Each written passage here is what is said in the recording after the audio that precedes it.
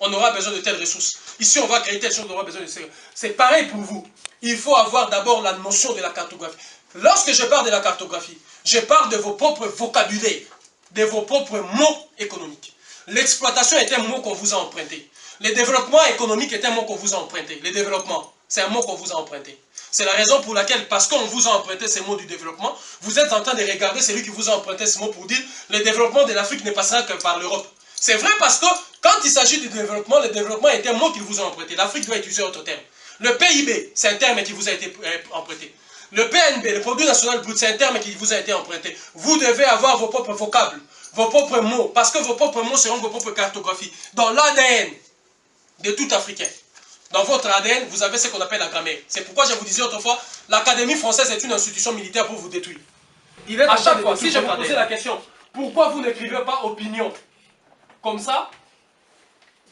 Pourquoi vous n'écrivez pas opinion comme ça? Quelle est la différence entre opinion comme ça et opinion comme ça? Si je vous posais la question véritable, appelez-moi tous les grammairiens ou je ne sais pas, les spécialistes en grammaire du monde. Quelle est la différence? Où est la faute lorsqu'on écrit opinion comme ça et lorsqu'on écrit opinion comme ça? Opinion G-O-N, opinion I-O-N. C'est une question d'ADN. Si vous analysez le code numérique de I-O-N et de G-N-O-N, vous analysez le code numérique, vous allez tomber sur un atome. Lorsque vous allez tomber sur un atome, vous allez tomber sur l'élément qu'on veut détruire en vous, ou qu'on veut vous inculquer vous. Lorsque je disais que les organismes génétiquement modifiés, vous êtes modifié même par rapport à la grammaire que vous utilisez. Dans l'ADN de tout un chacun, il y a une grammaire.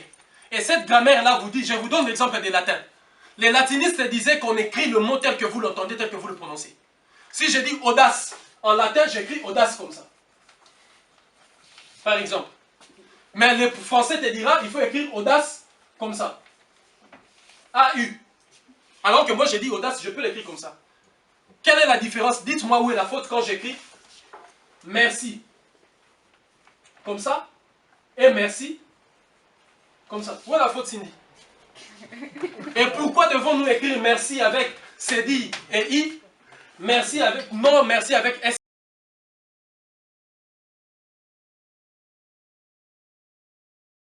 L'économie scientifique est l'ensemble des connaissances et savoirs, ainsi que la mise en commun des énergies et capacités pour faire une épargne dans une famille, dans un foyer, dans un État, dans une nation, si vous le voulez.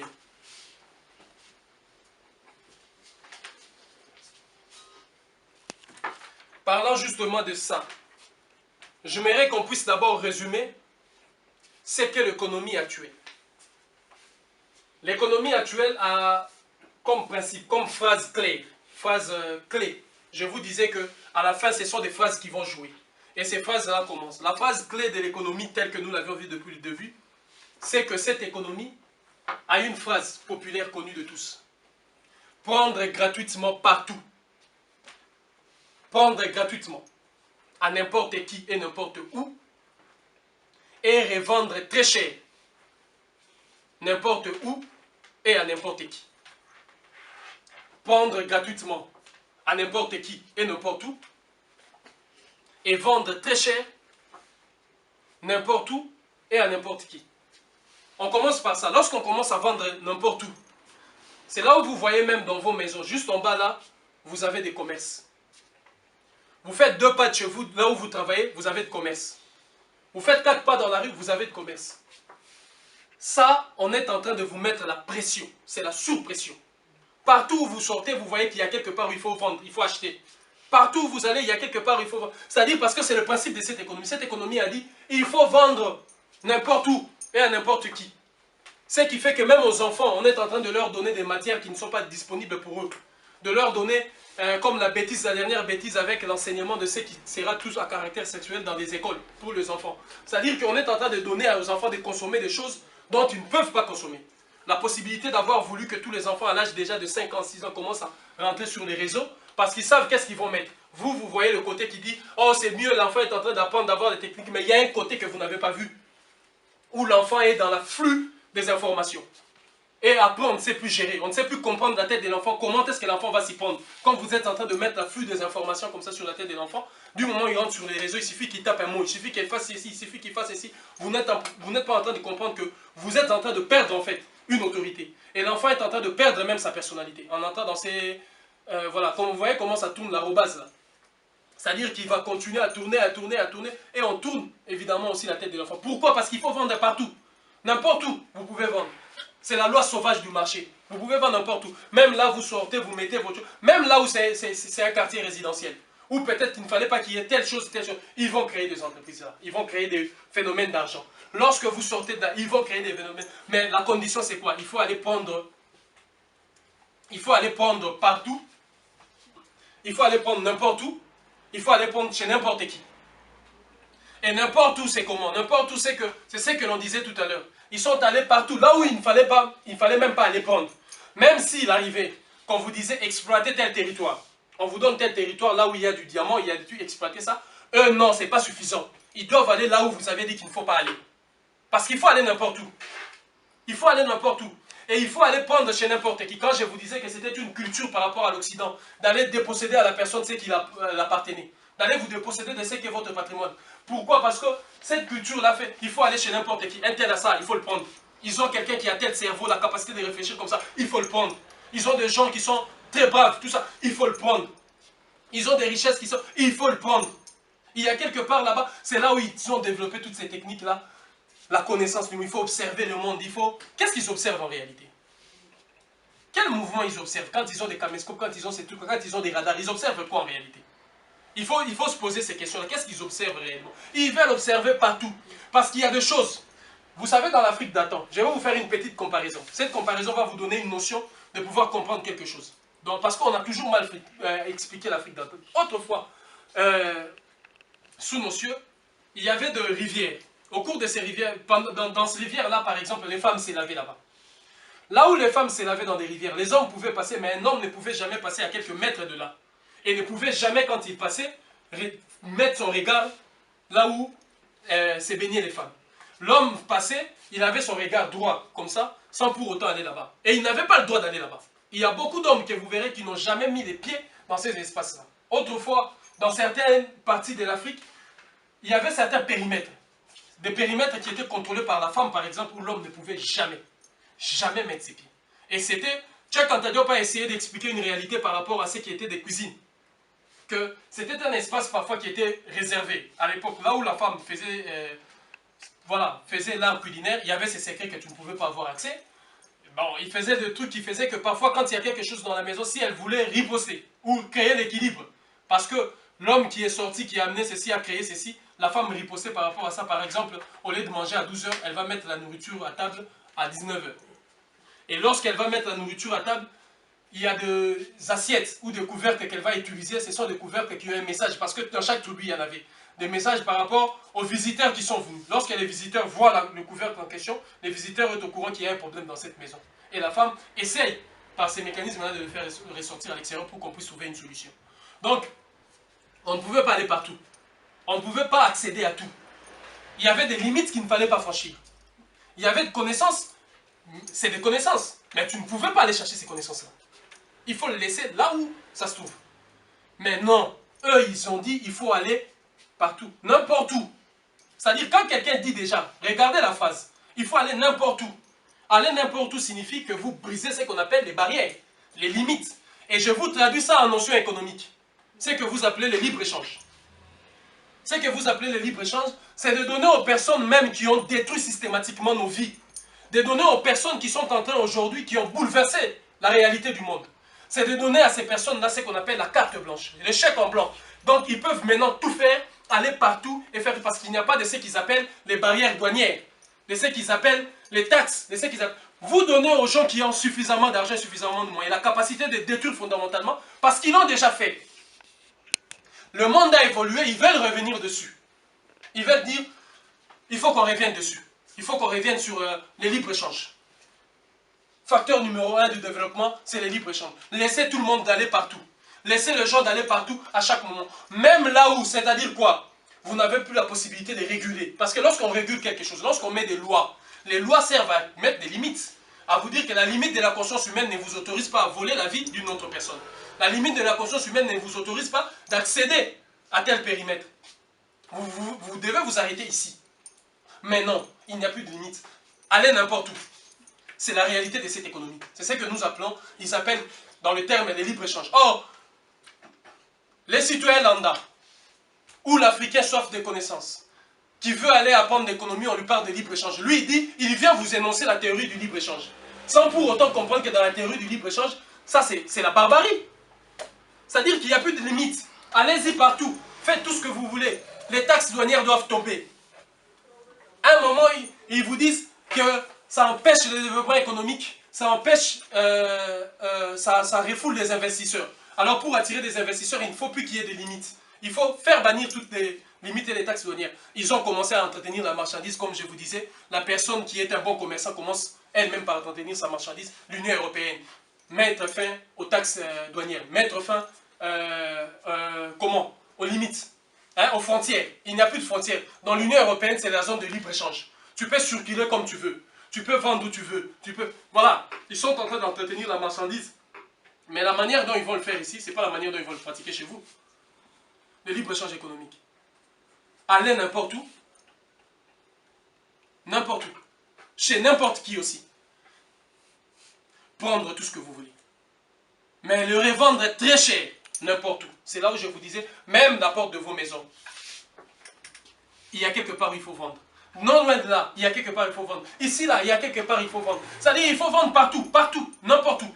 Il faut vendre. Et puis il faut vendre à n'importe qui. Il y a des choses qu'il ne faut pas vendre à d'autres personnes.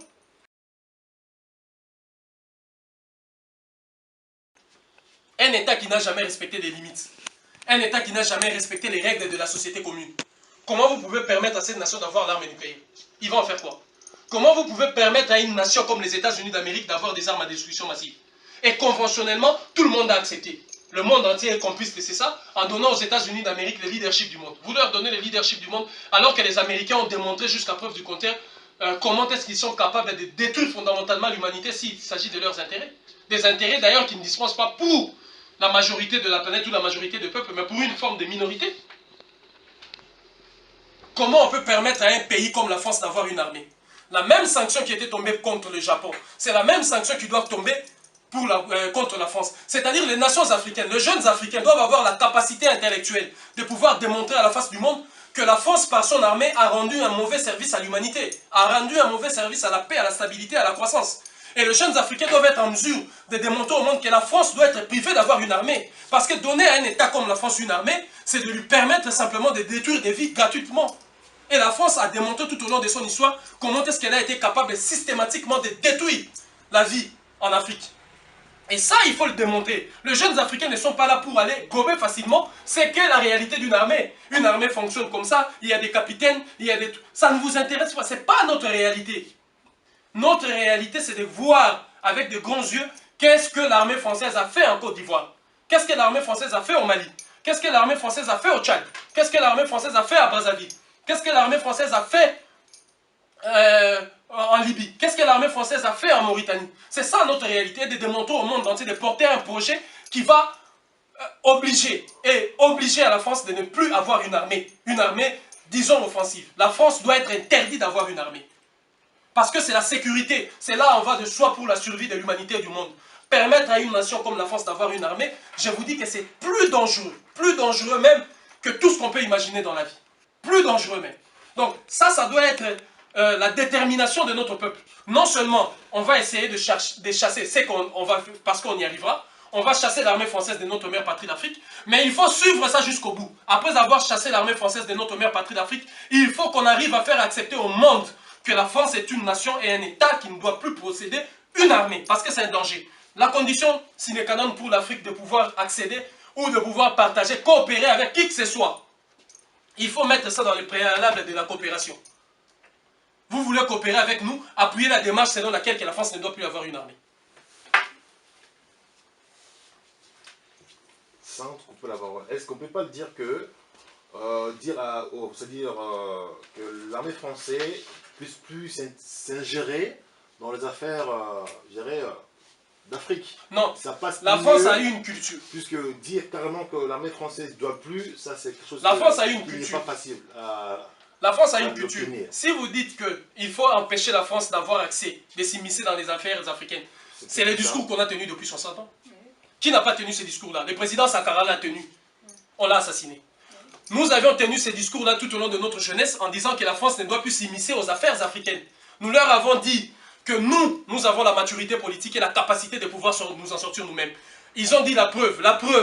Ils ont pris la haute volta pendant des siècles. La France n'a été capable d'apporter la quiétude ni la paix à aucun Burkinabé, à aucun citoyen de la haute volta. Mais lorsque Thomas Sankara prend le pays, pendant 4 ans, Thomas Sankara a réalisé des prouesses dans tout le domaine de la société. Et aujourd'hui, tout le monde remarque, même le dynamisme des femmes burkinabés, qui depuis que le président Thomas Sankara les avait ravis de main des hommes qui ont hérité de cette notion, de cette culture occidentale de pouvoir dominer et casser la femme, depuis que le président Thomas Sankara les a retirés de ça, les femmes burkinabés, aujourd'hui, jusqu'à preuve du contraire, restent toujours dans un dynamisme. Ils ont été à la première ligne lorsqu'ils ont soufflé l'événement qui a eu lieu au Burkina Faso qu'on a volé au peuple. Ils sont sur la première ligne sur beaucoup des inventions, beaucoup de techniques de production, les femmes burkinabées. Il faut aller voir de près. C'est-à-dire que nous avions demandé à la France depuis des générations de ne pas s'immiscer à nos affaires. Mais la France ne comprend pas. Alors la meilleure réalité pour le faire comprendre, d'abord, la lutte que nous menons, c'est de chasser l'armée française de la mère patrie africaine. Quand je vous dis que chasser l'armée, c'est pourquoi il y a le manifeste. Donc quand vous verrez ces manifestes, d'accord, lisez-les tranquillement. Parce qu'avec ces manifestes, c'est fondé principalement d'abord sur la présence des armées étrangères et de l'armée française en Afrique. Et le départ de cette armée-là, après, elle doit s'en suivre. Quoi? Il faut interdire à la France d'avoir une armée. L'Afrique doit changer la notion de l'équilibre des forces. La notion même du combat sur le chéquier de la politique internationale et de la planète tout entière. Et pour y en arriver, il faut avoir, parfois pour défendre, parfois pour maîtriser la notion de la paix, il y a une notion parfois défensive, où on doit se défendre, il y a une notion offensive. Et la notion offensive pour nous rentrons dans ces schémas-là, où il faut faire le lobbying, il faut tourner partout, tous les pays de la Terre, même la Chine. Lorsque la Chine veut avoir des richesses africaines, nous n'avons pas besoin de l'argent chinois, nous. On a besoin de quelque chose qu'on va mettre. La condition préalable pour commencer, vous devez appuyer la démarche selon laquelle que la France ne doit plus avoir une armée. Si vous appuyez cette démarche, parce que les Nations Unies peut être un outil où on peut se servir avec le poids de la Chine et de tous les autres pays pour pouvoir... L'Iran veut l'uranium de l'Afrique. L'Iran veut les richesses africaines. Il faut obliger à l'Iran d'accepter la vision et la volonté des Africains que la France ne doit plus avoir une armée. Il faut ramener tous ces pays-là, les allier à notre cause. Et la jeunesse africaine doit être des pèlerins de ces messages et avoir la capacité de démontrer au monde entier que le fait que la France détienne une armée, c'est très dangereux pour l'humanité. Il faut en arriver à ça. Donc je disais que cette philosophie de cette économie qui consiste à dire il faut aller n'importe où, prendre n'importe où et prendre chez n'importe qui et le revendre très cher, n'importe où, n'importe qui. C'est ce qui régit aujourd'hui les coopérations, les socles de coopération entre l'Europe et l'Afrique. Ce socle-là dit quoi? Les nations européennes sont en train de prendre quasi gratuitement nos richesses. N'importe où sur l'Afrique. C'est la réalité. Quand on prend une phase, on remet sur le microscope de la réalité. N'importe où en Afrique, les Occidentaux sont en train de prendre nos richesses. Et les Occidentaux sont en train de ravir à n'importe qui en Afrique, c'est que de sa destinée personnelle. Je peux vous donner un exemple. Ils ont ravi Laurent Gbagbo. Ils l'ont pris comme ça. Toi, tu viens. Ils ont pris n'importe qui, ils le mettent au pouvoir. N'importe qui peut prendre un truand comme ça, un brigand, ils le mettent au pouvoir. Du moment où... Ils l'ont fait pendant les razzias négriers. Ceux qui étaient des rois, ils disent non, vous n'êtes plus de roi. Le roi Joao Ier a décidé que c'est telle personne qui devient dirigeant numéro 1. C'est-à-dire, c'est ce qu'ils font.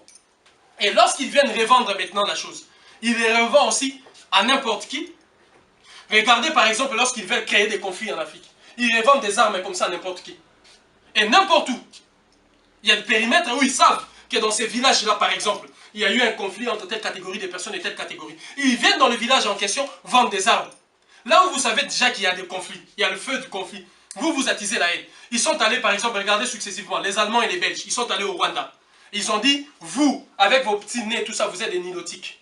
Vous êtes avec vos gros nez là épatés, vous êtes des bantous. Vous voyez, vous êtes plus adaptés pour être des administrateurs. Vous avez l'intelligence de pouvoir gérer un pays. Mais vous voyez, vous êtes bons pour aller nourrir les bêtes là-bas, les bétails, nourrir les vaches et tout consort.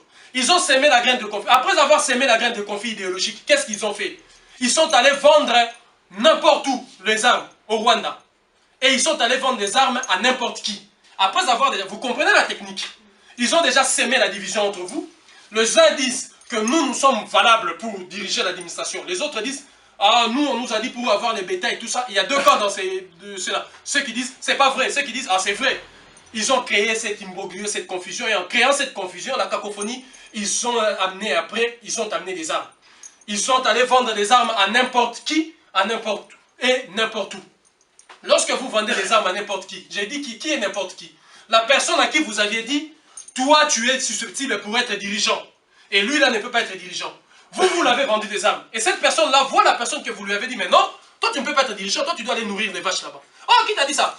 Du moment où tu dis non, il sort son pistolet, il sort de Kalachnikov, le conflit commence. Voilà comment ils ont créé le génocide rwandais.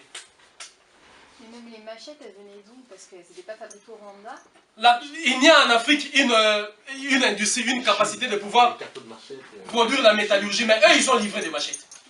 Ils ont livré ça progressivement, ils ont livré ça avec toute tranquillité. C'est la même tactique qu'ils ont utilisée pour la guerre du Biafra au Nigeria. C'est-à-dire que vous comprenez, ils vont s'aimer, ils vont dire, oh, vous êtes des Ibo. Les Ibo sont prompts pour telle méthode. Et vous là, vous n'êtes pas prompts pour telle méthode.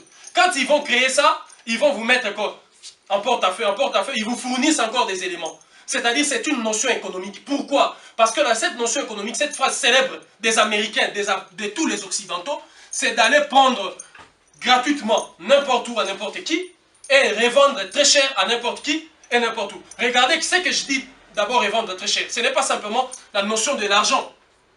À combien est-ce qu'ils ont vendu le prix du pouvoir à Paul Kagame? Ça a coûté trop cher. Énormément de vies humaines. Parce qu'ils l'ont vendu d'abord. Ils ont vendu à n'importe qui. Kagame, ils lui ont vendu l'état du fait que toi tu es un tout. Ils ont vendu ça à n'importe qui. Et ils ont dit à Kagame, n'importe où tu peux le faire. Ah, n'importe où, oui. Ils leur ont donné des armes. En lui donnant des armes, Kagame a dit aux Belges et aux Américains, on va commencer par abattre l'avion de Juvenal Habyarimana à Bonaventure. Et les prix du pouvoir, les États-Unis le savaient, Raymond Dallaire le savait, tout le monde le savait, que le prix du pouvoir pour Kagame allait coûter des milliers de vies humaines, des millions de vies humaines. Ils ont dit, allons-y, on va le faire. C'est-à-dire qu'ils ont vendu très cher à n'importe qui, alors qu'ils ont pris gratuitement. Mais ils sont allés revendre très cher. Très cher. Regardez le coût qu'a coûté la prise du pouvoir de Mobutu. Trop cher pour cet État. Trop cher en tout, sur la stabilité, sur la richesse, sur trop cher. Parce qu'ils lui ont vendu quelque chose. Ils ont donné la chose à n'importe qui. Alors que nous étions, regarde, nous sommes des Africains. Nous accédons à l'indépendance. Mobutu était derrière Lumumba. Lumumba savait mieux que Mobutu ne pouvait pas assumer telle responsabilité, mais je peux le former sur telle responsabilité. La responsabilité est combien à Lumumba et à Kasavubu de conduire ces pays jusqu'au bout. Mais eux, ils ont voulu leur vision du fait. Les faits qu'ils ont fait à Modibo Keïta, le fait qu'ils ont combattu Kwame. C'est-à-dire qu'il y a une réalité de vendre partout n'importe. C'est cette phrase-là qu'il faut détruire. En détruisant cette phrase-là, sur le point 2, nous parlons de connaissance et savoir sur les 7 éléments autour duquel doit se construire une économie.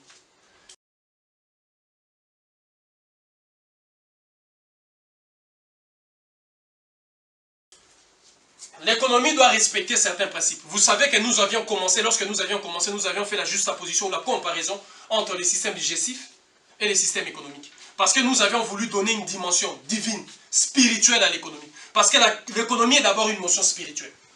Quand on parle de l'économie, c'est d'abord la spiritualité. Quand vous parlez parfois de spiritualité, je vous dis que la première notion que vous pouvez inscrire dans l'économie, c'est la spiritualité. L'économie est d'abord une notion spirituelle. Parce que quand vous regardez la création, les réserves de la création, quand vous regardez comment on doit entretenir la création, comment fonctionne la création, comment le lion ou la lionne fait son économie, comment le buffle fait son économie. Parce que là, tout ça, il faut observer ça. Vous allez voir que ça rentre dans la notion de spiritualité parce que nous ne sommes pas les mêmes créatures que les lions et les lionnes. Nous ne sommes pas les mêmes créatures que les poissons. Mais alors qu'il faut aussi aider l'économie. Nous ne sommes pas les mêmes créatures que l'araignée. Alors une notion qui est partagée par autant d'êtres, autant des êtres vivants, autant des créatures, rentre dans une dimension qui est spirituelle des choses, qu'il faut comprendre. Et vous verrez qu'il y a toujours une forme d'échange entre nous et eux, progressivement. Je disais qu'il y a 7 éléments autour desquels doit se construire l'économie. Les 7 éléments, c'est la distinction fondamentale. Nous ne parlons pas de la supériorité, mais nous parlons d'une vérité intrinsèque et indescriptible. C'est la réalité fondamentale qui existe entre le peuple africain, l'homme et la femme noire sortis d'Afrique, entre l'homme et la femme sortis d'Asie, entre l'homme et la femme arabe, entre l'homme et la femme européenne. Parce que l'homme et la femme européenne est défini et s'arrête sur 4 éléments de la nature. L'homme et la femme asiatique s'arrêtent sur 5 éléments de la nature. L'homme et la femme noire sont les seules créatures sur terre qui sont capables d'accéder à 7 éléments de la nature et de la création. Je dis bien le seul sur terre capable d'accéder à 7 éléments de la nature et de la création. L'homme blanc s'arrête à 4 éléments de la nature. L'homme asiatique s'arrête à 5 éléments de la nature. L'homme noir arrive à 7 éléments de la nature. Nous sommes les seuls capables de pouvoir accéder à ça. C'est la raison pour laquelle notre conception du monde, ou d'autres réalités qui nous sont perceptibles, ne sont pas perceptibles aux Européens. Quand ils sont arrivés, ils ont dit que ce sont des demi-fous. Ce sont des gens qui pensent à ceci, qui pensent qu'avant d'enterrer quelqu'un, il faut faire ça, il faut faire ça, il faut faire ça, il faut faire ça. Parce qu'ils ne connaissent rien des réalités de ces éléments de l'univers. Ils ne connaissent que les 4 éléments. Donc je disais que toute économie doit être fidèle à cet élément de l'univers. Parce que notre notion d'économie, les systèmes économiques et les systèmes politiques que nous allons développer, nous, doit être en rapport à notre environnement social, culturel, politique, économique. Ça ne peut pas être la transplantation ou des greffes des systèmes importés venus d'autres aussi. Parmi les 7 éléments de l'univers, nous avons l'esprit.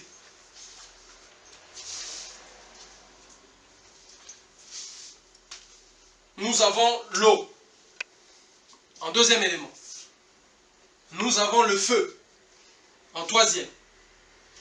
Nous avons la terre, en 4e. Nous avons le vent, en 5e. Nous avons le bois, en 6e. Nous avons le fer, en 7e. Voici les 7 éléments de l'univers, les 7 éléments qu'a constitué la création pour nous. Et c'est autour de cet élément qu'il faut construire une économie. On construit une économie sur la base de ces 7 éléments. L'homme que vous êtes, la femme que vous êtes, vous avez en vous, vous êtes habité par cet élément. Vous avez été créé sur base de cet élément. L'homme européen a été créé par 4 éléments. Lui-même, il le sait, hein, par l'eau, le feu, la terre et le vent. C'est tout ce qu'il connaît. L'homme asiatique par 5 éléments. Les 4 premiers là, plus le fer, je pense. Oui. Mais nous, il faut rajouter le 2 là que j'ai dit. C'est la raison pour laquelle vous entendez toujours un vocable partout où se trouvent des Africains où on parle de bois sacré. Ils ne connaissent pas ces phénomènes et ces philosophies, cette réalité de la vie. La raison pour laquelle l'Occident est en train de se livrer à une destruction systématique de tous les espaces forestiers de la Terre. C'est un crime véritable contre la création. Ils sont en train d'exterminer tous les éléments dispensatrices d'une vie meilleure sur Terre. Ces gens-là. Parce qu'ils ne comprennent rien de la forêt. Eux, ils pensent que la forêt est là pour exploiter. Il faut aller dans la forêt pour exploiter ces choses-là. Ils utilisent un vocabulaire très impoli par rapport à la création, l'exploitation. C'est un vocabulaire que déjà il faut commencer à bannir vous dans vos notions d'économie. Ils vont dans la forêt, ils vont couper les arbres dont ils ne connaissent pas pourquoi ces arbres-là sont là. Dès qu'ils découvrent quelque chose, ils vont dans la forêt pour détruire les animaux. Ce qu'ils appellent les animaux, les bêtes là. Comment vous pouvez quitter la France ou quitter l'Angleterre, aller dans un espace africain, dire que vous êtes allé faire ce qu'ils appellent des safaris. Vous allez comme ça, vous prenez vos fusils, par plaisir vous abattez des éléphants comme ça. Comment une personne peut réfléchir comme ça? Comment? Comment ça peut passer par l'esprit? J'ai vu une photo horrible d'ailleurs, une blanche là qui était assise sur la tête d'une girafe. Voilà. Comment on peut commencer jusqu'à assassiner des girafes? Il y avait même les dauphins. Tu Une chasse aux dauphins dans un... Comment vous pouvez assassiner des dauphins? 150 dauphins. Dites-moi quelle est la motivation qui pousse ces gens-là de faire ces choses-là. Les arbres paisibles qui sont dans la forêt, vous allez systématiquement, ils n'ont pas compris la notion de cet élément de l'univers qui est le bois, parce que le bois là où ça réside, là, ils n'ont rien compris de ça. Mais ils sont Et je dans vous la dis, capacité de comprendre ça de manière... ils sont arrêtés sur 4 éléments. On doit les aider, mais ils ne comprennent pas. Nous, Nous sommes là pour les aider à avancer, mais ils ne comprennent pas. Ils ont échoué systématiquement sur tous les points. Je vous dis, tous les projets économiques, tout ce que les laboratoires européens et les occidentaux ont fait pour l'Afrique n'a jamais marché. Aucune notion de l'économie praticable chez nous n'a marché. Aucune solution qu'ils nous ont donnée n'a marché. Ils ne comprennent rien. Ils ont lancé avec l'ONU les objectifs du millénaire, qu'il fallait éradiquer la pauvreté à la fin d'ici 2015. Nous en sommes où? Ils ne comprennent rien. Donc les Occidentaux doivent avoir l'humilité de comprendre qu'ils ont échoué. Et les Africains qui suivent les Européens doivent comprendre qu'ils sont sur la mauvaise voie. Et qu'ils doivent revenir sur la réalité des choses. Et le fondement des choses, je vous disais que toute économie doit reposer sur 7 éléments de la création. Et les 7 éléments de l'univers qu'on a cités, on commence par l'esprit. Lorsque nous parlons de l'esprit, nous parlons de la cartographie du monde. Nous parlons de la cartographie, de ce que la création. Vous devez avoir dans votre tête, avoir toute notion d'économie, de comprendre d'où réside le fer partout sur Terre. À quel lieu de l'univers on peut trouver de l'or? À quel lieu de l'univers on peut trouver le diamant? Au-delà de ça, vous devez comprendre à quoi sert l'or. Vous devez comprendre quelle est la substance qui compose l'or. Vous devez comprendre que l'or est entrelié avec quel minerai de la création. L'or est entrelié avec quel type de personne. L'or est entrelié avec quel animal de la terre. L'or est entrelié avec quelle espèce végétale de la terre. Parce que tout, il y a un lien. Lorsque vous aurez compris quel est le lien qui unit par exemple l'or à telle feuille, vous comprendrez que lorsque vous êtes en train de faire l'or, de prendre l'or, avant de prendre votre or pour l'amener quelque part dans les laboratoires de transformation, il faut que vous le nettoyez avec telle feuille. Par exemple. Et vous devez comprendre que, par exemple, l'or en question, quand vous l'aurez fini, il faut que l'or soit accompagné avec la peau de telle créature, de tel animal. C'est-à-dire ces liens-là, il faut comprendre la cartographie du monde. D'où résident les gardiens de nos systèmes économiques, comme on disait l'autre fois, hein, par rapport à l'estomac. D'où résident nos gardiens là? D'où résident les énergies de telles choses, de telles. La cartographie du monde. On ne peut pas réaliser une économie sans avoir la cartographie du monde. Regardez par exemple les apprentis européens. Les apprentis européens ont pris ce qu'ils appellent la carte du monde, ils ont mis. C'est ce qu'ils vous ont présenté comme carte du monde. Cette carte-là, un jour, l'on reviendra pour comprendre c'est quoi la carte du monde et sortir notre propre atlas. D'où il y aura chaque point où l'on verra la vérité des faits. C'est-à-dire qu'ils vous ont amené quelque part, ils vous ont dit, voilà, ça c'est la carte du monde. Mais ici, c'est la côte de l'or. C'est tout l'or ici. Ici, c'est tout les diamants. Ici, tout ici. Ils ont d'abord eu la carte du monde, la cartographie. Quand ils ont eu ça, c'est là qu'ils ont commencé à faire leur projet économique. Qui était Yasser Arafat? Parce qu'ils ont voulu assassiner Yasser Arafat. Donc il fallait comprendre qui était Yasser Arafat. Et qu'est-ce qu'ils ont fait? Ils ont compris que la vitesse de la circulation du sang de Yasser Arafat était supérieure à la norme générale de tous les humains. Donc il s'est fait que Israël était dans l'incapacité de pouvoir saisir son âme et de pouvoir l'atteindre physiquement pour le tuer. Parce que la circulation de son sang était... La même comparaison a été faite avec Patrice Lumumba. La circulation, la vitesse de la circulation de sang de Lumumba était supérieure à tous, même ses contemporains. Ce qui faisait que Lumumba avait une vitesse d'analyse que personne n'avait. Lumumba avait une vision que personne n'avait. Ça ne partait pas d'une magie. C'était son ADN. Et dans son ADN, il y avait sa grammaire. Et quand tu as une grammaire qui est propre à toi, quand on te dit, ça c'est une dette, tu dis non. Ça c'est du vol. Et celui qui est en face de toi est énervé. Parce que lui, dans sa notion économique, il te dit que l'Afrique a une dette colossale vis-à-vis de l'Europe. Alors que dans notre grammaire, si tu regardes ta grammaire, tu dis, comment vous pouvez s'appeler dette? Vous êtes venus chez nous piller systématiquement, tuer même les gens qui sont ici, c'est du vol. C'est-à-dire, lorsque l'occidental te dit du vol, de la dette, toi tu lui dis du vol. Parce que toi, tu as ta propre grammaire, tu as tes propres mots. Et c'est ce paradigme-là, c'est ces propres mots-là qui sera la première libération de l'Afrique. Tu peux parler français, comme je vous disais, tu peux parler anglais, tu peux parler espagnol. Mais essaye d'avoir ta propre grammaire. La grammaire à toi. Et cette grammaire-là réside dans votre ADN. Dans l'ADN de tout un chacun, il y a une grammaire. C'est là où je vous disais que l'Académie française est une institution militaire censée détruire systématiquement l'ADN des Africains. Tous les Africains que vous voyez qui sont spécialistes de mots français, ici il ne faut pas écrire comme ça, il faut mettre la virgule ici, ces gens-là sont lobotomisés, ce sont des agents dangereux pour l'émancipation de l'Afrique. Il faut les contredire avec vos propres grammaires. Cherchez vos propres mots, votre propre façon d'écrire. Vous faites une phrase kilométrique, une phrase qui commence de la première à la deuxième page, sans virgule, sans point d'exclamation. Pourquoi? Parce que l'énergie d'une phrase pareille, quand tu prends un livre et que tu lis pendant une page sans t'arrêter, c'est une énergie qui déclenche une force dans ton mental, une capacité de pouvoir résister longtemps en lisant, tout en comprenant ce que tu lis, sans pouvoir te stopper. Comme l'occidental qui est en face de nous est un être faible. Il demande toujours, pourquoi tu ne t'arrêtes pas ici pour qu'on puisse comprendre. Et ça nous affaiblit, parce que lorsque nous serons sur les champs de combat, face à l'armée française, où nous sommes en train de tirer, pendant 4 jours, nous devons être capables de rester sans manger, continuer à tirer. On ne peut pas s'arrêter. Alors que les Français, à midi, doivent avoir une pause pour aller manger. C'est là où on va les exterminer. Comment est-ce que des armées pareilles peuvent nous battre? Ce sont des armées qui ne peuvent pas gagner face à l'Afrique. C'est parce que vous ne respectez pas les principes qu'il faut. Parce que nous sommes des guerriers invincibles. Vous ne respectez pas les principes qu'il faut. Il n'y a aucune armée capable de tenir face à la résistance et au dynamisme qui est nôtre.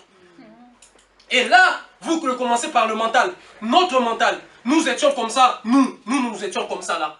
Autour du feu. Nos vieux parlaient. Pendant parfois 5 heures. Tous les enfants étaient là à écouter. Personne ne dormait. Autour du feu. Personne ne dormait, on entendait, on écoutait tout. Mais eux, on rentre dans une salle de classe à 10 heures récréation. À telle chose, l'autre professeur sort, l'autre professeur rentre. Parce qu'il n'a pas la capacité de tenir pendant 6 heures lui-même. C'est une faiblesse. Et c'est une destruction fondamentale de notre être. Nous ne sommes pas comme ça. On est en train de prendre un tigre et l'enfermer dans une cage. Et vous acceptez, vous pensez que la vie d'un tigre, c'est d'être dans une cage et de prendre du lait. Ce n'est pas la vie d'un tigre, ça. Ça paraît parfois normal quand on vous présente ça, mais ça, ce n'est pas la vie d'un tigre. Et cette réalité, vous devez le comprendre que nous avions changé de... Donc, il faut répartir sur cette notion-là. Premier, pour construire une économie autour de l'esprit d'abord. Construire une notion économique spirituelle, c'est-à-dire en partant de nos propres grammaires, de nos propres langues, s'il le faut, de nos propres conceptions du monde, de nos propres cartes du monde. Comment relier la Martinique au Sénégal, ce que je disais l'autre fois. Comment? Parce qu'il y a, à partir du fleuve Niger, quel est le fleuve qui traverse le Mali? Hein? Les Joliba. Joliba, c'est le fleuve Niger. Voilà. Si on prend à partir du fleuve Joliba, on est capable d'atteindre le Rio de Janeiro. La rivière de... pardon, le fleuve... quel est le fleuve?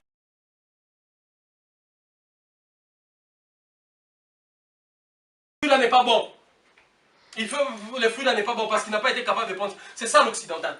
Du moment où lui n'a pas exploré cette piste-là, du moment où il ne comprend pas, il vous dit, c'est non navigable. Il n'y a pas de moyen de quitter le fleuve Joliba au Mali pour atteindre le fleuve Amazonie au Brésil. Il y a une façon de le faire. On peut naviguer du fleuve Joliba au Mali jusqu'au fleuve Amazonie au Brésil. Il faut que les Africains commencent ce travail-là. Il faut que le bateau qu'on va construire fasse ces liens-là et ces ponts-là. Il ne faut plus emprunter le pont, les réseaux dans lesquels nous sommes mis. Et ça demande la cartographie du monde. Avec une autre propre cartographie, on peut savoir comment quitter l'Angola, par exemple, pour rejoindre le Brésil. Ici, là, courtement. Sans parfois utiliser des avions ou tout. Peut-être qu'il y a des chemins par camion qui nous mènent là-bas. Qui le sait? Parce que vous ne l'avez pas exploré.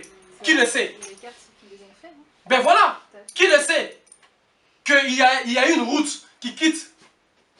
Aujourd'hui, toutes les routes qui quittaient, si vous êtes à Tombouctou, les routes qui nous menaient directement vers la ville qui est devenue Casablanca ou Marrakech, il y avait des routes faciles là, où les souverains maliens quittaient là, on peut quitter Tombouctou jusqu'à Marrakech. Aujourd'hui, ils sont en train de pouvoir éteindre toutes ces routes là. Il faut recreuser. Nous sommes à Kinshasa, quelle est la route qui peut nous mener à Bobo Dioulasso? Lorsque tu regardes la carte européenne, on te dira que Bobo Dioulasso est à Kinshasa et à 8000 km. Il faut prendre l'avion, telle compagnie d'aviation. C'est faux, nous n'avions pas encore essayé d'autres possibilités. Il faut essayer notre propre cartographie du monde. Ça va résoudre le coût économique. Ça va baisser le coût financier de votre projet. Ça va baisser le coût financier de votre projet parce que vous ne calculez pas selon sa distance. Lorsqu'on est en train d'agrandir, d'allonger la distance, sachez que lorsqu'on vous allonge la distance, économiquement, vous faites encore plus de pertes et de dépenses. Je prends un exemple.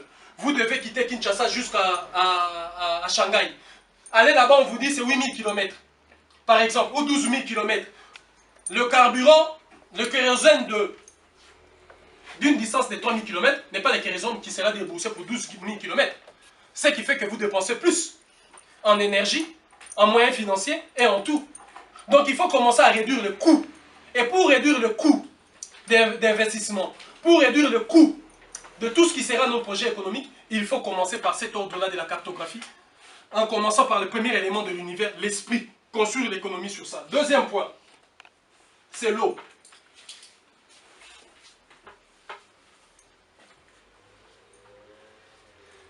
C'est que l'eau est pour le corps humain, c'est ce que la monnaie est pour l'économie. Notre corps est, si vous regardez dans la plupart, la composition de notre corps, c'est plus l'eau qui prend le dessus. L'élément qui constitue en grande majorité la composition de notre corps, l'eau. Et c'est ce que la monnaie pour l'économie. Mais une monnaie, à ce que je sache, dans une réalité actuelle des choses, une monnaie doit souvent être reliée au principe de l'eau. Ceci nous envoie à dire quoi? Lorsque l'Afrique va commencer à imaginer la création d'une monnaie, lorsque l'Afrique va commencer à imaginer la création d'une monnaie, il faut aller chercher des éléments de substance qui se trouvent dans l'eau, qui vont servir à battre notre monnaie. Pourquoi? Parce que les éléments qui sont dans l'eau, que vous allez ressortir là-bas, de nous-mêmes, et de combattre la corruption, il faut utiliser les ressources au niveau des eaux. Aujourd'hui, je vais vous apprendre que ce que vous appelez l'Empire du Ghana et l'Empire du Congo, ce que les gens appellent l'Empire du Congo, était un seul et même empire. Je vous dis que l'Empire du Ghana, ce que les gens appelaient l'Empire du Ghana et l'Empire du Congo, c'était le même empire, sous l'autorité de Sasa Salankai, dont le symbole, l'attribut du pouvoir était le tambour. L'Empire du Ghana et l'Empire du Congo, c'est le même empire. Regardez structurellement comment ces empires ont été organisés. Tous les deux empires étaient sous l'obédience de Sasa Salankai, une autorité suprême, dont le symbole et l'attribut du pouvoir était le tambour. Et ces deux empires, à un moment donné, utilisaient ce qu'on appelait l'enzimbu, la monnaie de coquillage. Les coquillages là qui sortent dans l'eau souvent. Ils utilisaient ça comme monnaie. Et cette monnaie était interchangeable lorsque les Portugais sont arrivés. Lorsqu'ils ont commencé, avant de commencer leur sale besogne. Parce que lorsque les Portugais sont arrivés, ce n'est pas au début qu'ils ont commencé leur sale besogne qu'ils ont appelé les razzias négriers. Ils ont voulu d'abord commencer à échanger avec nous. Et à échanger, à commercer avec nous, on avait l'attribut monétaire. Qui était ces monnaies-là. C'est Nzimbu dont je vous parle. Et cette monnaie avait d'abord comme vocation numéro 1 de pouvoir faire en sorte que la personne qui vient connaisse la notion de ce qu'on appelle être incorruptible. Parce que c'est une dimension, je vous disais l'autre fois dans les réseaux aquatiques, votre personnalité qui est restée dans les réseaux aquatiques là, l'incorruptible est là, votre nom. Parce que votre nom est lié à une contenance que vous mettez dans vous. C'est-à-dire, vous prenez l'être qui est resté dans les réseaux aquatiques, vous le mettez en vous. C'est là qui donne le nom. Dans votre nom, il y a un être. Lorsque vous allez commencer à étudier votre nom dans toutes les diapasons, dans toutes les dimensions, vous êtes dans l'obligation d'atteindre la dimension de connaître l'être qui vit dans votre nom. Parce que quand on attribue à un Africain un nom, on attribue un être, une créature, qui fait, si j'ose dire, le double de la personne. Et cette créature-là, cette créature sort et réside dans le monde des eaux. C'est ce que j'appelais les réseaux aquatiques. Votre être incorruptible, votre être qu'on ne peut pas corrompre, qui est votre vrai être. Et ça, c'est dans votre nom. Parce que la valeur de nom, on ne peut pas acheter la valeur de nom. On ne peut pas vous acheter. Lorsque vous vendez votre nom, on dit que telle personne a été corrompue. Vous savez ce que vous avez vendu. Lorsqu'on dit que telle personne a été corrompue. On ne peut pas, la monnaie n'a pas pour vocation d'être utilisée comme facteur d'avoir un service ou de corrompre quelqu'un pour obtenir quelque chose. Ne faites jamais ça.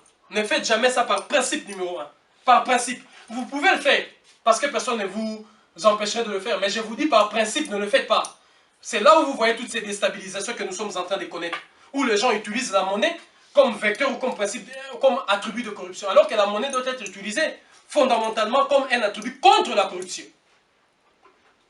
Et lorsque il devient la monnaie, dans chaque monnaie, il y a un être, il y a une créature. Dans chaque monnaie, je dis bien dans chaque monnaie, ici sur Terre, toutes les monnaies que vous voyez, il y a une créature. Je vous disais que l'autre fois, on voyait le dollar américain. Dans le dollar américain, le premier billet du dollar, le 1 dollar, il y a le symbole de la pyramide. Et le symbole de la pyramide, vous devez savoir quel est le pharaon qui a été pris pour mettre dans la monnaie qui souffle l'énergie à cette monnaie-là du dollar américain.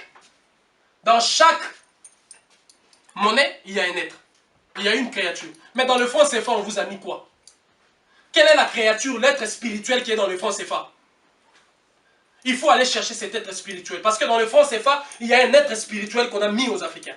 On l'a mis là, dans le franc CFA. Parce que chaque monnaie a une dimension spirituelle. Et la dimension spirituelle du franc CFA, c'est que cet être-là qui a été mis dans le franc CFA a pour vocation de pouvoir lobotomiser, de pouvoir dominer, de pouvoir esclavagiser tous les Africains. Pareil avec toutes ces petites monnaies que les États africains créent sous l'obéissance de certaines firmes et de certaines puissances occidentales. Donc je disais que c'est dangereux. Donc la monnaie, par soi, la créature qu'on met dans la monnaie, c'est une créature qui est censée nous rassembler, réguler l'ensemble de nos activités. Il régule l'ensemble de nos activités pour pouvoir réglementer ce que nous sommes en train de faire. Donc une monnaie a pour vocation déjà de combattre la corruption. Parce que si on ne met pas par exemple l'équilibre d'une monnaie, la valeur ou la référence d'une monnaie, il se fait que toi tu peux faire quelque chose. Tu demandes à quelqu'un un service plus que ça, la surexploitation même pour que tu puisses l'attribuer la chose en question. Tu dis, bon je vais te donner une voiture, une maison, mais tu dois travailler pour moi pendant 500 ans en venant par exemple travailler mon jardin. Vous voyez, c'est-à-dire que quand on met la monnaie, c'est pour équilibrer ces choses-là, c'est pour mettre tout le monde ensemble. C'est pour qu'il y ait une valeur de change qui soit, bon, à 10, on fait ça, tel service. À 20, on fait tel service. À ça, on fait la quantité, que j'avais évité autrefois, mais aujourd'hui, je parle de la quantité. Donc, le deuxième élément de l'univers qui est l'eau, doit être facteur d'inspiration pour les Africains pour battre la monnaie. Et le génie, ou la créature qui doit être dans la monnaie africaine, doit aller être cherchée dans les eaux, dans les réseaux aquatiques. Parce que c'est une créature qui serait incorruptible. Et c'est la notion qu'on va rétablir de la monnaie. En sortant dans la notion du papier, de la monnaie, parce qu'il faut l'utiliser pour être chose, en entrant dans une vocation de ce que de corps qui résident dans les eaux. C'est là qu'on va chercher. Il y a beaucoup des éléments. Lorsque vous rentrez dans les eaux, il y a beaucoup des éléments dans les eaux africaines qu'on peut chercher pour battre la monnaie avec, pour supporter la monnaie africaine. Parce que c'est quasiment ça aussi comme notion d'avoir la dimension de l'infini, de quelque chose qui ne peut jamais finir. Et une monnaie doit être comme ça pour ne pas connaître ce que vous appelez des crises, pour ne pas connaître ce que vous appelez des instabilités, pour ne pas connaître ce que vous appelez toutes ces choses-là, ces tracasseries économiques. Il faut commencer par ça. Et le deuxième élément, c'est l'eau. Le troisième élément, c'est le feu.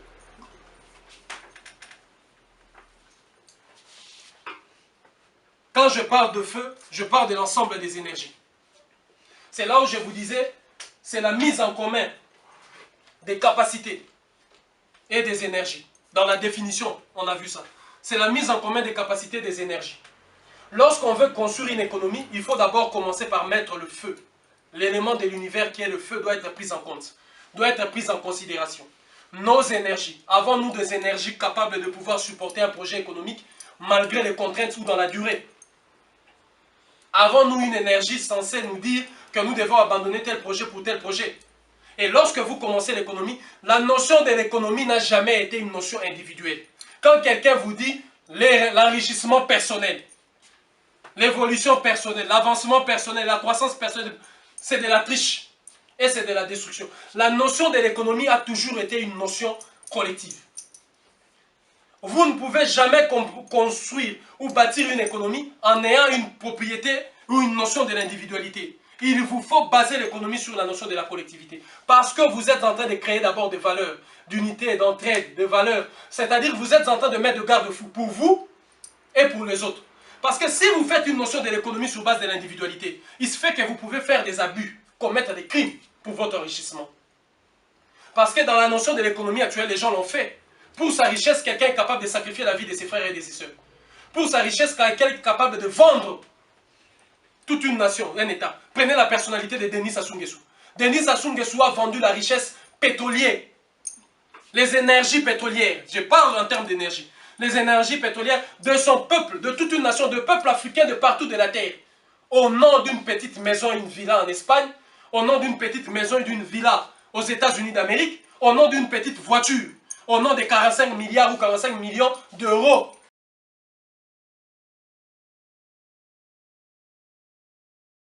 C'est sa vérité, mais je sors maintenant de quelque chose que tout le monde connaît, qui a été répandu partout sur la terre. Ce n'est pas seulement parce qu'il y a des Occidentaux, c'est un point que nous sommes en train de voir. Mais c'est parce que l'Afrique aussi ne respecte pas certains principes. Toute notion de l'économie qui partira d'un seul pays africain ne aboutira jamais.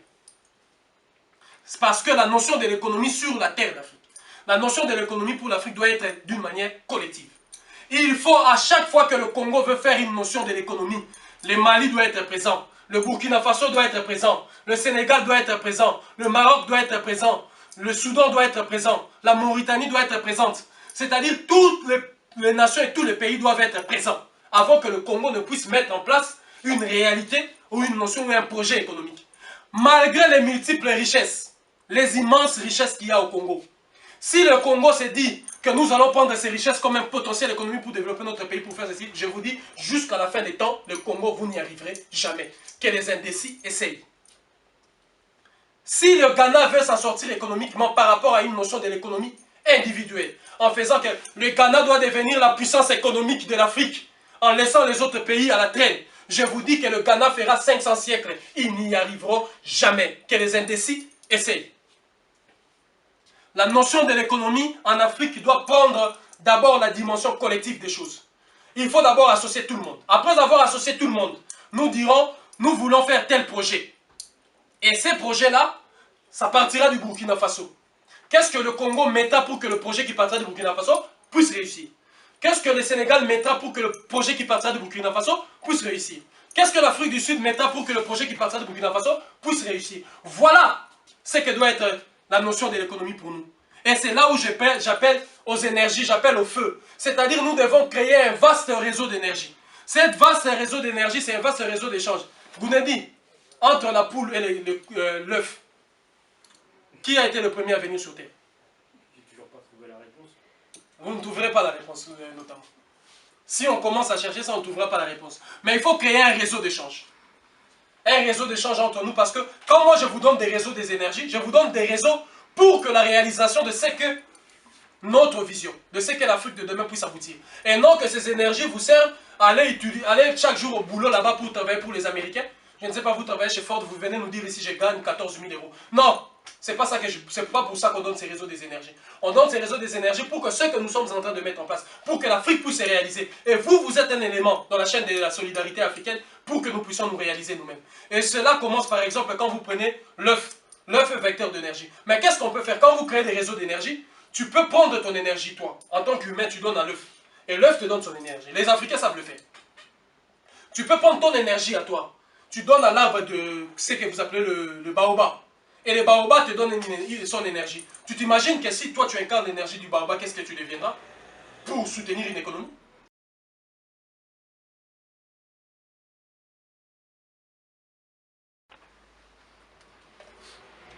En matière d'économie, je vous disais que la terre, l'autre jour, lorsqu'on a fait l'action du Maroc, je disais que sans aucune négociation, notre capital numéro 1, notre capital économique numéro 1, ce sont nos terres. La terre a pour fonction numéro 1 de constituer ce qu'on appelle le pouvoir économique. Lorsque vous voulez avoir ce qu'on appelle le pouvoir économique, c'est en partant de la terre. Il vous faut lier tout projet économique avec la terre. J'ai dit bien toute notion économique avec la terre. Lorsque je parle de la terre, je rentre un peu plus profondément. Pour vous dire, quand je parle de la terre, je parle de vos os. Les os, hein? Les os qui sont en vous là. Vous avez des clavicules, je ne sais pas, des fémurs, vous avez tellement de os en vous. Ce sont ces notions-là. C'est ça qui crée la notion du pouvoir économique. Parce que la terre donne l'ossature. La terre a la capacité de supporter tout votre projet économique. Et tout projet économique dont vous aurez à réaliser, vous devez allier sur ça la terre. Étudiez la notion, ou disons la forme, ou le fond de votre projet économique. Ciblez d'abord quelle est la terre en question sur laquelle vous allez faire ces projets. Commencez d'abord à aller sur vos terres, sur cette terre-là. La terre en question où vous voulez, vous allez d'abord commencer par cette notion-là. Parce que si vous allez bâtir ce que vous appelez des sièges sociaux, ça va reposer sur la terre. Si vous voulez, après, conserver les os de ceux qui travailleront tout au long des siècles et des siècles des générations, il faut avoir la terre. Parce que c'est sur la terre que vous allez enterrer ces personnes. La notion numéro 1 de tout pouvoir économique, c'est la terre. Il faut garder jalousement la terre. Et la terre, la seule vocation qu'a l'Africain de la terre, il faut relier toujours votre terre avec votre cordon ombilical, c'est-à-dire la lignée de vos mamans. En premier, avant d'aller sur vos pères, allez d'abord sur vos mères, sur la terre de vos mamans. Avant de commencer tout projet économique, remettez le pied sur la terre de vos mères. Remettez vos pieds sur la terre de vos mères. Avant de commencer tout projet économique, vous devez les lier à la terre. Parce que je vous disais que la terre a l'ossature pour supporter votre projet économique. Or, sur la terre de vos mères, Lorsque vous allez arriver sur la terre de vos mères, vous allez remarquer que sous la terre de vos mères résident les ossements de vos ancêtres qui sont partis. Et c'est eux qui vont constituer l'ossature capable de supporter votre projet économique. Si vous ne résidez pas sur ça, vous ne connaîtrez jamais ce qu'on appelle le pouvoir économique. Vous allez être, voilà un élément là dans l'économie qui consomme, qui fait « oh j'ai 1000 euros », mais vous ne connaîtrez pas le pouvoir économique. Hein? Quand on parle du pouvoir économique, si l'Afrique veut ça, le pouvoir économique là, c'est sur la terre et sous la terre. Et les Africains connaissent ça. C'est sur ça qu'on doit baser les projets économiques. Je dis bien que la monnaie n'est pas une notion de là. La monnaie est une notion sur des réseaux aquatiques. Mais lorsqu'on parle du pouvoir économique, si on veut réaliser un pouvoir économique, c'est sur la terre. La raison pour laquelle toutes les tribus africaines doivent récupérer leurs terres. Les terres de l'Afrique du Nord doivent être récupérées. C'est un potentiel économique que nous avions accédé à nos adversaires. Ceux Arabes qui sont venus chez nous pour nous servir et nous dominer, en complicité avec leurs amis occidentaux, avec lesquels ils partagent toujours le fruit et les bénéfices de ces terres. Tu ne peux pas permettre à ton ennemi d'avoir un potentiel, un pouvoir économique alors que tu veux le combattre. Il faut empêcher aux Occidentaux d'avoir accès à la terre africaine. Les Européens peuvent venir vivre en Afrique. Il ne faut jamais montrer aux Occidentaux et aux Européens d'où résident les minéraux des Africains. Il ne faut jamais permettre aux Européens de pouvoir exploiter les sous-sols africains. Toute notion économique avec l'Europe dorénavant va résider sur autre chose. Plus jamais au niveau de la terre. Il faut les interdire. Il faut que tous les jeunes Africains soutiennent la politique du président Mugabe qui consiste à récupérer les terres aux Européens. Que les Africains n'en fassent rien. Que les Africains en fassent quelque chose. La notion numéro 1, c'est de récupérer ces terres-là. Parce que ces terres-là sont en train de constituer le pouvoir économique de l'Occident. Les Européens qui sont en Afrique du Sud, qui sont au Congo, qui sont au Sénégal, qui sont au Maroc, qui sont au Soudan, qui sont partout, sont en train de constituer une armée, un pouvoir économique capable de nous décimer. Je vous dis que l'Europe est en train de planifier l'extermination des Noirs avec la question que vous entendez, celle de la démographie africaine. Si les Européens sont en train aujourd'hui de parler de la démographie africaine, c'est parce qu'ils veulent nous exterminer. Ils ont fait les razzias négriers, la colonisation, ils ont inoculé des maladies, des virus, mais ils continuent systématiquement parce qu'ils ne comprennent pas comment on continue à se reproduire. Les Européens ont planifié l'extermination des Noirs. Comment pouvez-vous imaginer dans un pays comme le Nigeria, on parle de l'Ebola, et on envoie une armée américaine, des Marines, des GIs et des Rangers avec des armes automatiques. Est-ce qu'on arrête l'Ebola avec des armes automatiques? Soyons sérieux quand même. Est-ce qu'on tue ou on stoppe l'Ebola avec des armes automatiques? Qu'est-ce que les Marines américains, les GIs et les Rangers sont allés faire au Nigeria? Qu'est-ce qu'ils sont allés faire au Congo? Je vous cite des pays. Qu'est-ce qu'ils sont allés faire en Égypte? Et qu'est-ce qu'ils sont allés faire au Sénégal? Les Marines américains. Qu'est-ce qu'ils sont allés faire sur ces périmètres-là? Le Nigeria, le Congo.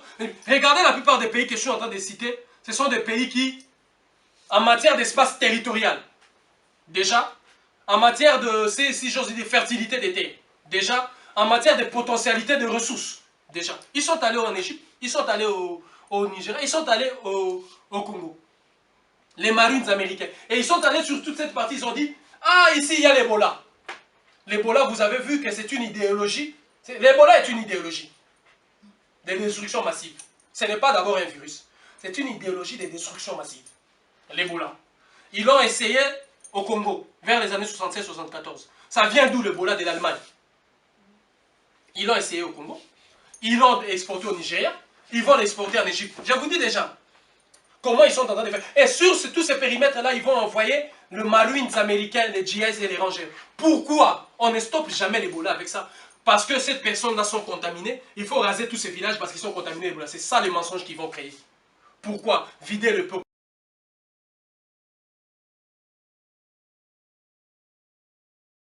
Qui vont être appliqués. Tous les métis. Qui, en réalité, ont un cordon ombilical avec l'Afrique. Et qui eux-mêmes, c'est pourquoi je vous parlais l'autre jour de l'économie identitaire, qui se sont définis et déterminés comme Africains et Africaines. Il n'y a aucune raison pour nous de dire qu'ils ne le sont pas. Il ne faut même pas prendre de leur côté, de l'autre côté occidental. Ce sont ceux qui sont avec nous, parmi nous et pour nous. Ça, c'est la conception numéro 1. La deuxième conception, c'est qu'on va lancer une idéologie capable maintenant de pouvoir stopper le métissage. C'est une idéologie qu'on doit lancer sur 2 points. L'enseigner comme ça là, en partageant par les gens et les autres. Et après, nous allons donner un mémorandum. C'est-à-dire, par exemple, on se met tous ensemble, on se met d'accord. À partir, par exemple, du 20 juin 2020, tous les métis qui naîtront ne seront plus considérés parmi nous. C'est-à-dire, pour permettre... Mais la Chine, des pays, écrit dans la fonctionne Constitution comme ça. C'est ça le pire. C'est ça que je suis en train de Mao dire. a fait ça. Donc, à partir du 20 juin, par exemple, 2020, Se mariait pas. nous allons décider que tout métis, toute personne qui naît d'un couple métis ne sera plus considérée parmi les nôtres. Par contre, tous ceux qui y sont nés déjà sont les nôtres. Et nous demandons à nos femmes et à nos hommes de ne plus aller dans ce sens-là. Et deuxièmement, tous les hommes. J'ai discuté avec des blancs que, bon voilà, parce que je travaille dans une salle de sport, donc je les vois tout le temps. Je discute avec des blancs, ils sont là, ils me disent oui, ouais, avec ma femme, on a investi, on a investi au Cameroun. Voilà. Logique numéro 2. Tous les investissements des couples métissés. À un moment donné, l'étranger, l'expatrié doit rentrer chez lui et laisser tout à la personne entrée chez lui. C'est les dommages et intérêts par rapport à ce qu'ils ont fait. C'est-à-dire que vous épousez, vous êtes un homme africain, vous avez une femme blanche, vous allez là-bas en Afrique, vous investissez, à un moment donné, ta femme partira et ces choses-là resteront avec nous. Vous êtes une femme blanche, vous êtes marié à une femme noire, mariée à un homme blanc, vous allez investir, à un moment donné, cet homme-là partira et c'est tout arrive. Parce qu'il ne faut jamais permettre à un Européen, à un Arabe, à un Libanais d'avoir... Il ne suffit qu'un mètre carré de terre en Afrique. La terre africaine n'est pas à vendre. La terre de nos ancêtres est le socle fondamental numéro 1 de nos économies. Parce que sous la terre de l'Afrique, nous gardons les ossements de nos ancêtres, qui est censé être l'ossature qui soutiendra nos projets économiques. Sous la terre de nos ancêtres, sous la terre africaine repose notre histoire multimillénaire. Sous la terre de l'Afrique pousse la richesse multimillénaire à venir dans les jours à venir. Donc en réalité, la terre africaine est l'élément de la création qui rentre en considération pour créer toute notion de l'économie. Et la motivation première de tous les Européens, de tous les Arabes, de tout ce qu'ils ont fait comme exploration, les invasions barbares, les Almoravides, toutes ces invasions-là que vous connaissez, c'était uniquement pour la terre. Et la notion de la terre, on ne rigole pas avec la notion. Vous pouvez jouer avec le pouvoir si vous voulez.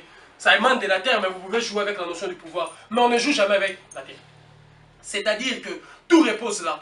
Il faut faire en sorte que tous les jeunes Africains, toutes les jeunes Africaines fassent en sorte qu'aucun Libanais, aucun Arabe, aucun Européen, aucun Américain blanc ne peut avoir ne fût-ce qu'un mètre carré de terre en Afrique. Tous ceux qui achètent des terres en Afrique, on va les ravir. On va les prendre de ces terres-là, de gré ou de force. Donc la terre africaine n'est pas à vendre. C'est notre potentiel à nous. Même si nous en faisons quelque chose, même si nous en faisons rien, nous soutenons le président Mugabe pour récupérer toutes les terres. Et tout président qui viendra d'Afrique du Sud, sa première vocation, sa première devise, sa première mission, c'est de récupérer les terres qui appartiennent aux Africains que les Afrikaners ont pris. Si les Afrikaners vont rester avec leur projet, tant mieux. Mais les terres, ils doivent les rendre. Aucun Afrikaner ne peut avoir même 1 mètre carré de terre. Aucun. Ce n'est pas concevable. On ne peut pas avoir la terre appartenant en Afrique. Parce que je ne veux pas rentrer dans les détails de ce qui représente la terre. Je ne veux pas rentrer dans les profondeurs de ce qu'est la terre. Et je ne veux pas non plus permettre aux Européens, au pouvoir et aux puissances économiques européennes de pouvoir constituer un pouvoir économique en partant de nos terres. Parce que le fait que les Européens sont en Afrique du Sud, sont au Congo, et prennent nos terres, ils sont en train d'exploiter, ils vont aller. Et j'interdis notamment à tous les Indiens et à tous les Chinois d'avoir des terres en Afrique. Ils viennent travailler, ils viennent faire ce qu'ils veulent. Aucun Chinois ne peut avoir aussi 1 mètre carré de terre en Afrique. C'est interdit à tout le monde. La terre appartient aux Africains et aux Africaines. Mais ce que tu dis déjà dans des pays asiatiques, c'est appliqué. Tu peux pas acheter de terre comme ça. Même si tu achètes une terre, au bout de 5 ans, il faut que tu la rendes. 50 Voilà. ans, 50 ans. 50 ans. Ouais. Voilà. Et tous les jeunes Africains et les jeunes Africaines doivent aussi comprendre, tout État, un État ou un gouvernement qui dit que la terre lui appartient et qu'il vend ces terres-là aux Européens, aux firmes, tout ça, cet État-là doit être renversé, ou ces régimes-là doivent être renversés. C'est-à-dire, c'est la notion qui sera le nôtre. La terre nous appartient. Cette révolution que nous menons, c'est pour récupérer la terre. Je dis bien, aucune personnalité expatriée extérieure de l'Afrique, il peut justifier, nous sommes là depuis 600 000 ans. D'accord. Vous êtes là depuis 600 000 ans. Vous. Mais la terre n'est pas là depuis 600 000 ans. Vous êtes là. Oh, les Berbères sont là depuis 10 000 ans. On accepte. Mais la terre d'où vivent les Berbères n'existait pas depuis 10 000 ans. Et la terre là n'était pas vierge ou inhabitée avant qu'eux ils ne viennent. Donc, voilà. Ces vérités-là sont des vérités qu'il faut comprendre parce que devant nos yeux, nous sommes en train de voir la chute spectaculaire de la Mauritanie. L'extermination de notre peuple. Nous ne pouvons jamais accepter que l'on dise en Afrique qu'il y a un État arabe. L'État arabe du Soudan, c'est une conception idéologique insultante à nos égards.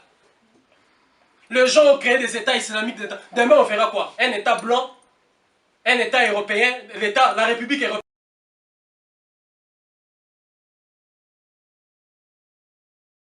Toute notion économique doit inculquer la notion du vent. Vous devez d'abord rendre votre projet économique très léger. Permettre à ces projets économiques de circuler, de s'envoler comme le vent, d'aller en douceur comme le vent. Et dans la notion du vent, il faut toujours retenir le souffle de vie. Tout projet économique qui commence à ôter le souffle de vie est un crime et un assassinat. Il n'y a aucun projet économique sur Terre qui ne peut justifier le meurtre ou qui ne peut justifier le comportement qui consiste à ôter le souffle de vie.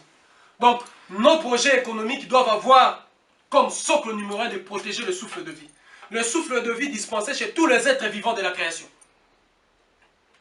Donc, tout projet économique qui rentre dans la conception de pouvoir enlever ou ôter le souffle de vie est un projet qui doit être abandonné. Tout projet, lorsque les Américains, lorsque les Français, lorsque les Européens, lorsque les Chinois, lorsque les Africains eux-mêmes élaborent un projet et ces projets-là ont comme conséquence de pouvoir enlever et ôter le souffle de vie, c'est un projet qui doit être abandonné et combattu. Tout projet qui a été réalisé et qui, tout au long de sa réalisation, a occasionné de pertes de vies humaines, sont des projets qui doivent être abandonnés. L'économie n'a pas pour vocation de pouvoir enlever et ôter des vies et le souffle de vie. L'économie doit d'ailleurs, par contre, canaliser la force et le souffle de vie. L'économie doit d'ailleurs, par contre, protéger le souffle de vie. C'est ça la notion du vent. Les énergies éoliennes dont on parle, qui sont alimentées par le vent. Vous, les Africains, quand on vous explique un nouveau mot, vous êtes là très émerveillés. Très émerveillés, vous le répétez. Maintenant, on a des énergies éoliennes. Maintenant, il y a des énergies, par exemple, à partir du vent, tout ça comme ça. Quel est le souffle de vie qui va alimenter ces énergies-là? La France parle des énergies au Mali. Vous savez le nombre de personnes qui sont tombées, le nombre de souffles de vie qui ont été ôtés pour faire avancer ces projets énergétiques? Votre souffle de vie, là, vous pouvez le calculer, votre souffle de vie, pendant le temps que vous avez vécu sur Terre. La dimension, est-ce que quelqu'un a déjà mesuré la puissance de votre souffle? Quand vous faites comme ça, qu'est-ce que vous pouvez faire avancer en soufflant? Vous avez déjà eu l'idée de calculer ça. Mettez maintenant 10 000 noirs qui vont souffler.